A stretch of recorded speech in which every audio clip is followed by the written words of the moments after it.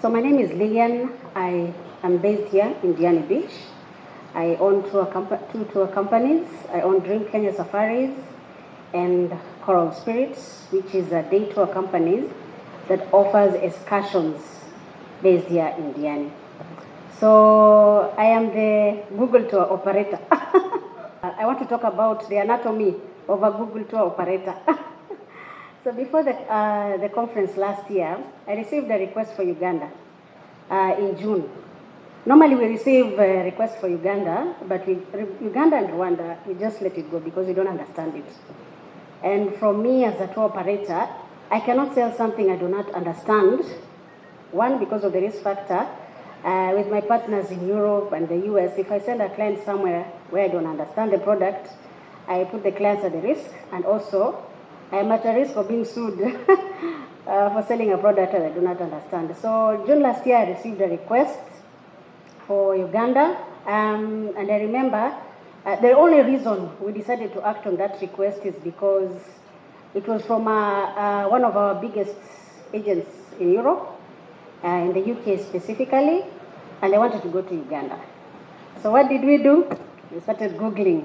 That is the only reason we decided, okay, let's take this booking by first starting to Google and see all the places that they want to visit. So the request was to visit Jinja and to go for gorilla tracking, and they also asked us about activities in Kampala. So I can already say one of our number one mistake was to tell our clients that Kampala was like 5 minutes away from Entebbe Airport. That was our number one mistake.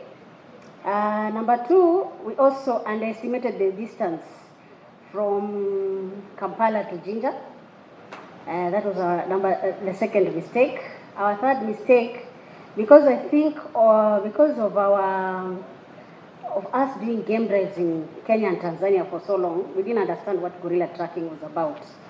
So in our minds, I think we thought that gorilla tracking was like doing game drives, going with the car in the park and looking at the gorillas. So my second mistake was actually charging my clients 3 times the gorilla permits, because I thought every day you have to go in the park and do game drive looking for gorillas.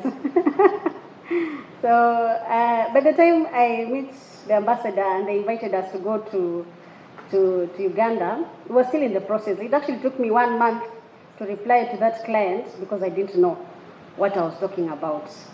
So in November we went to Uganda, and I had an experience of all the things that my client was asking about. So when I went back, I came back to Kenya, I actually had to redo my whole entire itinerary. Because I remember also we were all sitting in the office and we Googled the distance from Kampala to Windi. And then we said to ourselves, if people are driving for 8 hours, we calculated and said that must be like driving from Mombasa to Nairobi. So there should be an airline somewhere that can fly these people from this place to that place. So it was really like we were just doing a lot of guesswork. But after coming back and discussing with the partners in Uganda, I was able now to create a concrete itinerary for my guests, and also, include the flight tickets to fly them from Kampala to Kisoro and all those things. That is exactly after coming. So I just want to say, what we are doing here is not useless. My visit to Kampala was really, really important because I'm able to now explain to my guests things that I would never understand, especially, I'd like to say especially for the gorilla tracking. I would not be able to sell it as well as I do now if I had not experienced it. That is something that, even for things like, when I came back immediately, I remember I wrote an email and sent my guests. In fact, in Kampala, I told them, what you need to do is carry raincoats, be sure to wear proper shoes. Those are things nobody will tell you if you just Google. So once you experience something, you're able to sell the product to your guests.